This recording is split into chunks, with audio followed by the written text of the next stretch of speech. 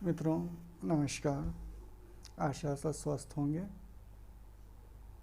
आज टॉपिक लिया है पंचतत्वों का। पंचतत्व क्या हैं? बेसिकली हमारे प्राचीन भारतीय मनीषियों ने पंचतत्व की कॉन्सेप्ट सबसे पहले दी। उन्होंने पंचतत्वों में जल, अग्नि, वायु, आकाश, ये सब पांच तत्व इंक्लूड किए। हर तत्व का अपना एक उन्होंने स्थान बताया, कौन से अंग में कौन सा तत्व प्रमुखता से है। इन सब चीज़ों का ज्ञान उन्होंने आरंभिक तौर पर हमको दिया। अब अगर आप शरीर के किसी हिस्से को काट कर या साइंटिस्ट लोग काट कर देखें तो वो तत्व नहीं मिलेंगे, लेकिन वो तत्व स्टिल हैं, उन्हें अनुभव किया जाता है। जल तत्व कहाँ है? जल तत्व अगर आप भीतर देखें तो जो अपना रक्त है, रक्त किस चीज़ का घटक है? तरलता का। इस तरलता को मनुष्यों ने जल से नाम दिया। पृथ्वी तत्व। पृथ्वी तत्व बॉडी में कहाँ है? अपनी जो हड्डियाँ, ये सब चीज़ें हैं, पर्वताकार, ये सब पृथ्वी तत्व की घोतक अपने प्राचीन काल से हुई। अग्नि कहाँ है? जो शरीर में अपना ताप है, जो आज भी डॉक्टर लोग थर्मोमीटर वगैरह से नापते हैं, उसी ताप को मनुष्यों ने, बिना ताप के कुछ नहीं है, वो उसी ताप को अग्नि संज्ञा दी कि हमारी बॉडी में अग्नि है। वायु कहाँ है? वायु से तो मेरे ख्याल से कोई अपरिचित नहीं है। वायु तो पूरी बॉडी में भी आती ही है।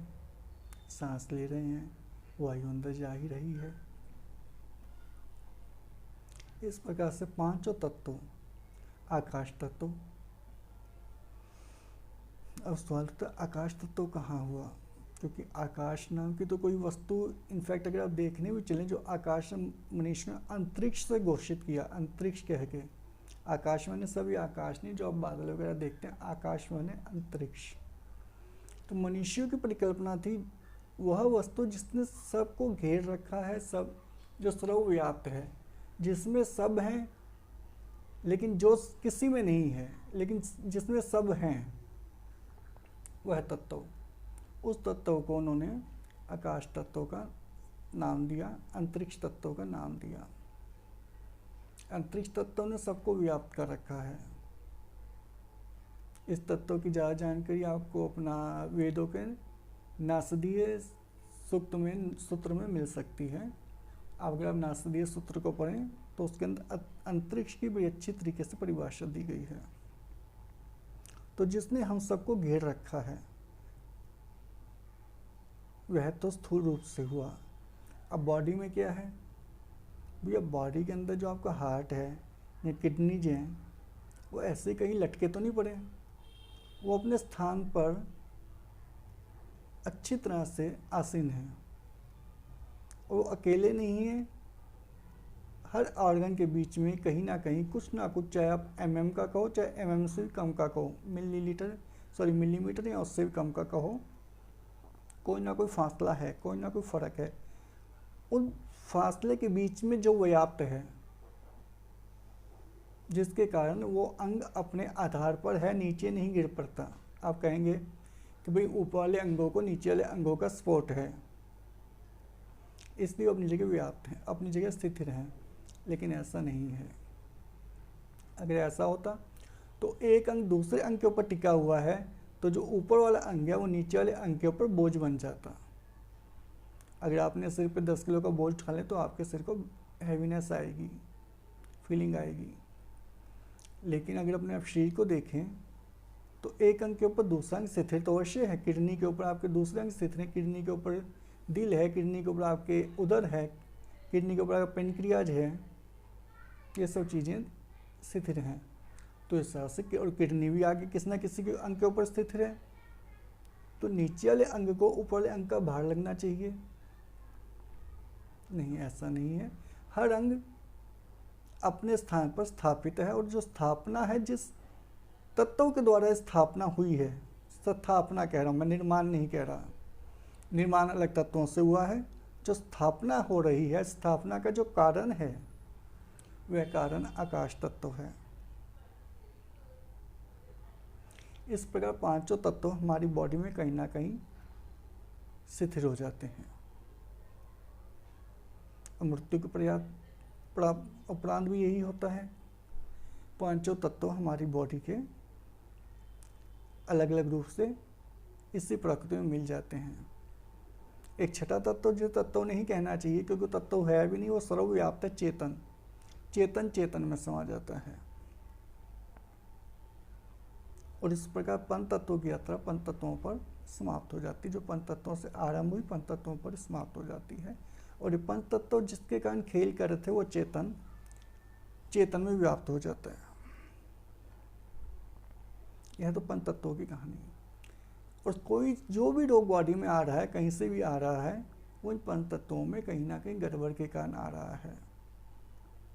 इन पंच तत्वों की गड़बड़ को पहचानना ही एक चिकित्सक का मूल कर्तव्य है कि वो पहचाने किस तत्व के अंदर कौन सी बाधा आ रही है। पृथ्वी तत्व स्थिरता का द्योतक है। स्थिरता, स्टेबिलिटी। अगर पृथ्वी तत्व कम होता है या कहीं कम है, तो पूरी बॉडी में कहीं ना कहीं स्टेबिलिटी की कमी अवश्य आएगी। स्टेबिलिटी की कमी, वो आदमी स्थिर नहीं होगा। चाहे विचारों में स्थिरता हो, चाहे वो अपने असूलों की स्थिरता हो कि बंदा अपने असूलों में पक्का नहीं है, कहीं ना कोई पृथ्वी तत्वों की कमी है। पृथ्वी तत्व ने जैसे हमको स्थापित कर रखा है, उसी प्रकार से अपने विचारों को अपने अंदर स्थापित नहीं कर पाता। इसमें उसमें कहीं ना कहीं पृथ्वी तत्व का गड़बड़ हो रही है, जिससे आपने मूल संतुलन में लेके आना है। इसी प्रकार कोई आदमी बहुत ज़्यादा गुस्सेल है, बहुत ज़्यादा बात बात पे गुस्सा, अगर आपको रीजनेबल बात पर गुस्सा आ रहा है, वो तो आएगा ही, आना भी चाहिए, ठीक है। लेकिन बिना मतलब के खाना बनने में देर हो गई, गुस्सा आ गया। साथ वाले भाई साहब ने नमस्कार नहीं किया सुबह निकलते वक्त, गुस्सा आ गया कि ये इसकी इतनी हिम्मत, मैं खड़ा मुझे नमस्कार किए बिना निकल गया। ये सब चीज़ें आप में दिखाती कहीं ना कहीं अग्नि तत्व की प्रधानता हो रही है। अग्नि तत्व की प्रधानता। गुस्से को कंट्रोल किया जा सकता है इस अग्नि तत्व को नियंत्रित करके। और दूसरे जितने भी आपके रोग हैं, जैसे बीपी हो गया, हार्ट अटैक हो गया, ये सब भी अग्नि तत्व की प्रधानता के कारण होते हैं। अगर आरंभ में अग्नि तत्व को नियंत्रित किया जाए तो इन चीज़ों से बहुत हद तक बचा जा सकता है, बल्कि ये चीज़ें होंगी ही नहीं। बचने की बात तो फिर गड़बड़ कर देगी, बचने वाली कॉन्सेप्ट तो रखनी ही नहीं है। बात ये चीज़ें होंगी ही नहीं। बहुत से लोग चीज़ों को पकड़ कर बैठ जाते हैं, पकड़े रहते हैं। कोई आज से 10 साल दिल दुखा गया था, किसने आज से 5 साल पहले गाली दी थी, किसने आज से 10 साल पहले, 5 साल पहले, साल पहले मेरे को बस में ट्रेवलिंग करते वक्त सीट नहीं दी थी। ऐसी ऐसी बातें पकड़ पकड़ के रखते हैं। तूने आज से 2 महीने पहले मेरे को क्या कहा था, मैं भी उस तरह से फिर ऐसे ट्रीट करूँगा या करूँगी। इस तरीके की कई लोगों की आदतें होती हैं। फाइनल यही आदतें आगे बीमारी बनती है। बीमारी अपने आप में कुछ नहीं है। ये जो मैं चीज़ें बता रहा हूँ, ये चीज़ें मतलब कहीं ना कहीं बंदा अस्वस्थ है। अगर इस अस्वस्थता को यहाँ नहीं रोका गया तो फिर बीमारी आएगी, आनी है। अब ये बीमारियाँ नहीं हैं, ये आपकी आदतें बन रही हैं। खैर, इस प्रकार की किसी की हैबिट है, प्रवृत्ति है। छोटा बच्चा है, स्कूल जाता है तो उसका नेचर, कल मैं उधर बैठा था, इसने मेरे को बैठने के लिए सीट नहीं दी, आज मैं इसको सीट क्यों दूँ। महीने बाद मैं इसको सीट, ये तो मेरे को सीट नहीं दी थी इसने महीने पहले, मैं आज इसको सीट क्यों दूँ। कुछ इस प्रवृत्ति के लोग होते हैं जो पुरानी बातों को जो गुजर चुकी हैं छोड़ नहीं पाते हैं, और ये आगे चल के बहुत दिक्कतें देता है। इनको यहीं समाप्त करना चाहिए। और ये क्यों नहीं छोड़ पाते अब, इसका मतलब कहीं ना कहीं जल तत्व में उनकी विकृति आ रही है, क्योंकि जल का काम है बहना, बहते जाओ जिंदगी की रफ्तार के साथ। कहीं टिकना नहीं है, किसी मंजिल के साथ जुड़ना नहीं है, बहते जाना है, बहना ही जीवन है। लेकिन ये लोग बह नहीं पाते। आज से 5 साल पहले आपने मेरा दिल दुखाया था, 5 साल बाद भी आप मेरे सामने आ गए तो मेरे को वो घटना याद आ जाएगी, मैंने अब आपका दिल दुखाना है, मैंने अपनी उस बात का इंतकाम लेना है। तो यहाँ कहीं ना कहीं जल तत्वों की, मैं पर्सनैलिटी वाइज बता रहा हूँ आपको। यहाँ का अगर आप डॉक्टर के पास चले जाएंगे उससे इलाज करवाने के लिए तो वहाँ गड़बड़ हो जाएगी। ये आपकी पर्सनैलिटी के डिसऑर्डर्स हैं जो इन तत्वों का पैदा होते हैं, और ये डिसऑर्डर जब कंटिन्यूअली रहते हैं तो फिर बीमारी बनते हैं, फिर हम गोली खाते हैं। लेकिन मेरा मानना है अगर शुरुआत में ही नीप इन द बड, उसकी आरंभिक अवस्था में आप उसको कुचल दें तो रोग का सवाल ही पैदा नहीं होता। अन्यथा एक योगी का शरीर भी वही है जो आप लोगों का है, या किसी रोगी का शरीर है। योगी के पास तो वही शरीर है। योगी 90-100 साल तक बिना किसी भी प्रकार की मेडिसिन खाए, बिना किसी प्रकार का इलाज करवाए कैसे स्वस्थ रह लेते हैं? क्योंकि इन जो डिसऑर्डर पर्सनैलिटी के हैं उनको पहले ही समाप्त कर देते हैं। वायु तत्व है, ये फूलेपन की निशानी है। अब फूलापन वो कैसे भी हो, चाहे आपका पेट फूला, चाहे आपका शरीर फूला है, चाहे आपका दिमाग फूला है। दिमाग फूलने का मतलब ये नहीं कि एक बीमारी भी है, उसमें भी दिमाग फूल जाता है, बट मैं अभी वहाँ उसकी बात नहीं कर रहा। दिमाग फूलने का मतलब अहंकार की आपकी प्रवृत्ति, मेरे पास ये, मेरे पास वो है, इसके पास वो भी नहीं है, वो भी नहीं है, ये सब में धीरे धीरे फूले पड़े हैं अपने आप के अंदर। क्योंकि वायु का गुण ही यही है, फुला देना। वायु सब चीज़ों को फुला ही देता है। आप भी फूले पड़े हो अपने ज्ञान के अहंकार में, अपने धन के अहंकार में, अपने फिजिकल ताकत के अहंकार में। भाई मेरे में इतनी ताकत है, मैं मुक्का मारता हूँ, लकड़ी के बोर्ड तोड़ देता हूँ। एक है आप मुक्का मार के लकड़ी के बोर्ड तोड़ देते हो, अच्छी बात है। एक है आपको चीज़ का गुमान है। इन दो चीज़ों में फ़र्क है। मैं लकड़ी पे मुक्का मार के फट्टा तोड़ देने की बात नहीं कर रहा। वो तो आपने गुण पाया है, मेहनत की है, हार्डवर्क किया, जिम गए हो, सीखा है किसी गुरु के पास बैठ के, ठीक है। लेकिन उस गुण में खो जाना, उस गुण में फूल जाना कि अब मेरे जैसा कौन, मैं इसको मार दूं, उसको मार दूं, यह फूलापन कहीं ना कहीं दिखाता है कि वायु तत्व आपके अंदर गड़बड़ कर रहा है। बिना वायु तत्व के अहंकार हो ही नहीं सकता। वायु ने ऊपर उठाना है। जमीन पर धूल का कण भी पड़ा हो, वायु उसको उठाकर बहुत ऊपर ले जाती है,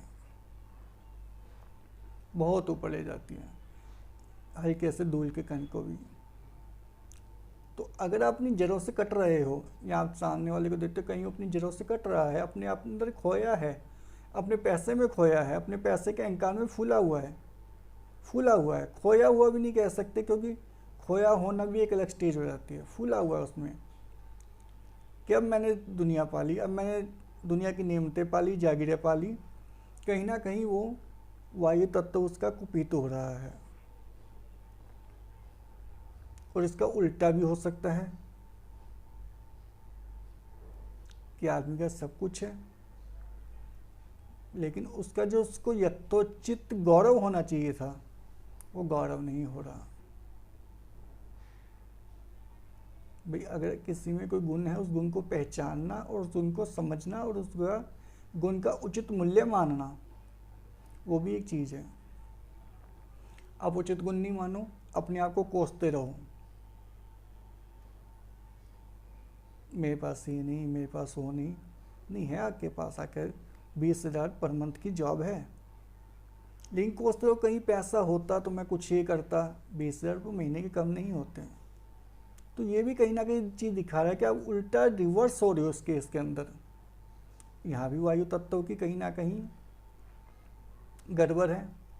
वही अग्नि तत्व की बात, अग्नि तत्व गुस्से की निशानी है, लेकिन आपको अनुचित होता हुआ देखकर भी धर्म के तौर पर, अनुचित धर्म मतलब यहाँ पे पूजा पाठ प्लीज मत समझना, धर्म मैंने जो कर्तव्य होना चाहिए, जो सामाजिक तौर पर स्वीकृत होना चाहिए, स्वीकृत है, आप उसका जब हनन होते हुए देखते हो तब भी आपको गुस्सा नहीं आता, आपका रक्त नहीं खोलता। गुस्सा करने की जगह पे गुस्सा तो करना पड़ेगा। तो भी कहीं ना कहीं अग्नि तत्व की गड़बड़ है, डरपोक जिसको आप बोल सकते हैं। नॉर्मल आम भाषा में बात करें, बहुत से बच्चे आप देखते हैं डरपोक होते हैं। अगर गली का छोटा सा कुत्ता भी उनके पास है, बेचारे डर के मम्मी मम्मी कहते हैं अंदर दौड़ते हैं, और कुछ उसी कुत्ते से खेलते भी हैं, और कुछ कुत्ते को ललकारे भी मारते हैं, आ जाते को देखते हैं। ये तीसरे वाले और पहले वाले दोनों में कहीं ना कहीं अग्नि तत्व की गड़बड़ हो रही है। एक सीमा तक तो ठीक है, लेकिन एक सीमा के बाहर, एक जैसे बच्चा डर के अंदर भागे, यहाँ सुरक्षा की बात, कुत्ता मेरे को काट नहीं ले, यहाँ तक ठीक है। लेकिन उससे रो पड़ना, रोते रोते अपने किसी बड़े माँ या पिता या बड़े भाई के पीछे छुप जाना कि ये तो खा जाएगा मेरे को, या कोड़े भूतों की कल्पना करना कि भूत आते हैं जी, मैं अंधेरे में नहीं जाता, ये सब चीज़ें कहीं ना कहीं दिखाती हैं कि अग्नि तत्व की गड़बड़ है। और वही चीज़ इसका रिवर्स भी सच है कि कोई बंदा पहली मंजिल पे चढ़ रहा है, यहाँ से कूद ही मार दूंगा जी कुछ नहीं होता, ओवर कॉन्फिडेंस होना भी अग्नि तत्व की गड़बड़ता दिखाता है। दोनों ही चीज़ें, अधिकता और उसकी कमी, दोनों ही चीज़ें कहीं ना कहीं गड़बड़ हैं अग्नि तत्व की। इस चीज़ को हम नोटिस रखें। उसी प्रकार जल तत्व की, आप पुरानी बातों को छोड़ नहीं पाते, वो भी ठीक है, मतलब गड़बड़ है। और आप किसी बात को पकड़ते ही नहीं, किसी बात पर रुकते ही नहीं। कल आपका एक जगह अपमान हुआ, आप फिर उसी जगह जाके पहुंच गए, फिर अपमान हुआ, अगले दिन फिर जाके पहुंच गए, आप धारा के साथ बहते जा रहे हो। अच्छी बात है, जल तत्व की निशानी है, लेकिन यहाँ पे जल तत्व को ज़्यादा ही असर डाल रहा है। अगर ऐसी पर्सनैलिटी को चेंज करना है तो आपको जल तत्व पे काम करना पड़ेगा। चौथी प्रवृत्ति, अगली प्रवृत्ति आती है आकाश की। आकाश क्या? आकाश तो खाली है, आकाश तो खाली है बिल्कुल। तो कुछ आपने दुनिया में ऐसे लोग देखे होंगे जो सब कुछ छोड़ छाड़ के बैठे हुए हैं, ठीक है। एक तो संत लोग हैं, साधु लोग हैं, ठीक है, उनकी अलग बात है, यहाँ मैं उनकी कोई बात नहीं कर। जिन्होंने जो जोगी बन गए, जो हो गए, एक है योगी होने का और लेना कि मैं जोगी हूँ जी, मैं संत हूँ जी, एक वो है। और एक है जो संत हो गए, जो संत हो गए, जो संत हैं उनको नमस्कार है। लेकिन दूसरे कुछ लोग हैं जो कि संत होने का दावा कर रहे हैं, दुनिया से कटे हुए हैं, उनके पीछे कोई साधुता नहीं है, उनके पीछे कोई संतता नहीं है कि वो संत हो गए जी, बहुत बड़ा कुछ उन्होंने पा लिया, पाया कुछ नहीं। कर्मों से बचने के लिए कि मेरे को कुछ करना नहीं पड़े, मैं कुछ जोड़ूंगा ही नहीं, वो दुनिया से कट के रहना है, ना कुछ लेकर आए ना कुछ लेकर जाएंगे, तो बीच में भी जोड़ने की कोई उनकी वो नहीं होती। जो किसी गृहस्थ ने थोड़ा दे दिया, लो बाबा खा लो, खा लिया, अपना आराम से पड़े, लेकिन वो पहुँचे नहीं हैं। आई रिपीट अगेन, वो पहुँचे नहीं हैं अभी। एक तो जो पहुँच के साइड हो गए, उनको सतत नमन है, उनकी बात ही अलग है, मैं उनकी बात नहीं करता। यहाँ पर भी फिर आकाश तत्व की कुछ ना कुछ गड़बड़ है, क्योंकि आकाश तत्व आपका खाली है, तो सब चीज़ों के को होल्ड करने वाला है, एक शक्ति है जो सब कुछ होल्ड किए हुए भी है, जिसके अंदर सब कुछ समाया हुआ है। और कुछ ऐसे लोग भी हैं जिनका पेट ही नहीं भरता। पेट भरता मतलब फूड की बात नहीं कर रहा, ये भी जोड़ो, वो भी जोड़ो, वो भी जोड़ लो, ये भी रख लो, वो भी रख लो, कंजूसी की जिसको बोलते हैं पराकाष्ठा, वो है। वहाँ पर भी अपना आकाश तत्व, अंतरिक्ष तत्व काम कर रहा है। अगर आपने कंजूसी की समस्या पर नियंत्रण डालना है किसी की, तो उसके आकाश तत्व पे काम कीजिए, आकाश तत्व उसका बैलेंस कीजिए, और इंसान धीरे धीरे अपनी कंजूसी की आदत छोड़ेगा। या जो कटा पड़ा है, कि मेरे को क्या करना है, क्या करना है मेरे को इसका। उसको लो भैया जी 2 धोती बना लो, और 2 धोती का क्या करना, तन ढकने के लिए लंगोटी ज़रूरी है, वो मैंने पहन रखी है जी। ऐसे लोग भी कहीं ना कहीं बीमारी के अग्रसर हैं, आक्रमणीयता के। हाँ, जो पाकर अलग हो गए उनकी बात अलग है, जिन्होंने तत्व पा लिया, जो परमेश्वर के नज़दीक पहुंच गए, उनकी अलग बात है। उन्होंने छोड़ा कुछ नहीं है, सब कुछ छूट चुका है। ये लोग छोड़ छाड़ के बैठे हैं। इन 2 पर्सनैलिटी के अंदर फ़र्क करना ज़रूरी है। एक तो है कि आपने खाया और इतना खा लिया कि संतुष्ट हो गए, अब आपको उस चीज़ की कोई भूख नहीं है। जैसे आपने आज 2 आम खाए, कल 2 आम खाए, फिर आपने 2 आम खाए, 365 दिन 2 आम खाते रहो। 366वें दिन, 317वें दिन आपके अंदर अपने आप एक आम के प्रति आकर्षण खत्म हो जाएगा। आपको नहीं, आम नहीं, वो छूट जाएंगे आपके आम। बल्कि हो सकता है फिर भी आपको 2 आम खाने पड़े, तो आम के नाम से एक दिन उल्टी करना शुरू हो जाओ कि नहीं भाई आम नहीं, कुछ मैं भूखा रह लूँगा, आम नहीं, वो छूट गया है। आपने छोड़ा कहाँ, तो छूट गया है। आपके अंतर ने उसको स्वीकार करना बंद कर दिया। एक आप छोड़ के बैठे हो जिद से, अंदर से आवाज़ तो आ रही है आम है, अच्छा फल है, मैं खा लूँ, लेकिन अब उठूँगा, आम छीलूँगा, काटूँगा, खाऊँगा, प्लेट गंदी होगी, उसको धोना पड़ेगा, ये सब चीज़ें अब छोड़ छाड़ के बैठे हो। वो भी कहीं ना कहीं आपके आकाश तत्वों की, अंतरिक्ष तत्वों की गड़बड़ है। और एक क्या, सहजते चले जा रहे हो। पहले जो पड़ा है उसका प्रयोग नहीं किया, वो चीज़ तो आपकी और नष्ट होने को आ रही है, खराब होने को आ रही है। पुराना आपने 1 लीटर दूध इस्तेमाल नहीं किया, वो तो फटने को आ रहा है, कहीं ना कहीं बदबू मार रहा है। ऊपर से आप 2-2 लीटर दूध और इकट्ठा किए जा रहे हो, इकट्ठा किए जा रहे हो, इकट्ठा किए जा रहे हो, धन इकट्ठा किए जा रहे हो, चीज़ें जोड़ी जा रहे हो। 10 सूट, 20 सूट, 30 सूट, 40, 50 सूट, आपका वार्डरोब बट गया है, वार्डरोब में रखने की जगह नहीं है, लेकिन आप जोड़ी जा रहे हो। किसके लिए जोड़ रहे हो? संग्रहण की प्रवृत्ति, अधिक होना और नहीं होना, ये भी कहीं ना कहीं अंतरिक्ष तत्वों की गड़बड़ी दिखाता है। तत्वों को पहचानना कैसे है पर्सनैलिटी वाइज, बीमारी तो जब बनेंगे तब बनेंगे। और आपने देखा होगा जो संग्रही प्रवृत्ति का आदमी है उसको ज़्यादा दिक्कतें होती हैं, और जो सब कुछ छोड़ छाड़ के बैठा दिक्कतें उसको भी होती हैं। लेकिन जो बीच में स्थित है, हाँ भाई डेली की लाइफ है, कुछ ऑफिस जाना, कमाना भी है, वही बच्चे भी पालने हैं, शौक भी पूरे करने हैं, संतुष्ट है अपनी लाइफ, ना ज़्यादा जोड़ रहा है ना ज़्यादा मोड़ रहा है,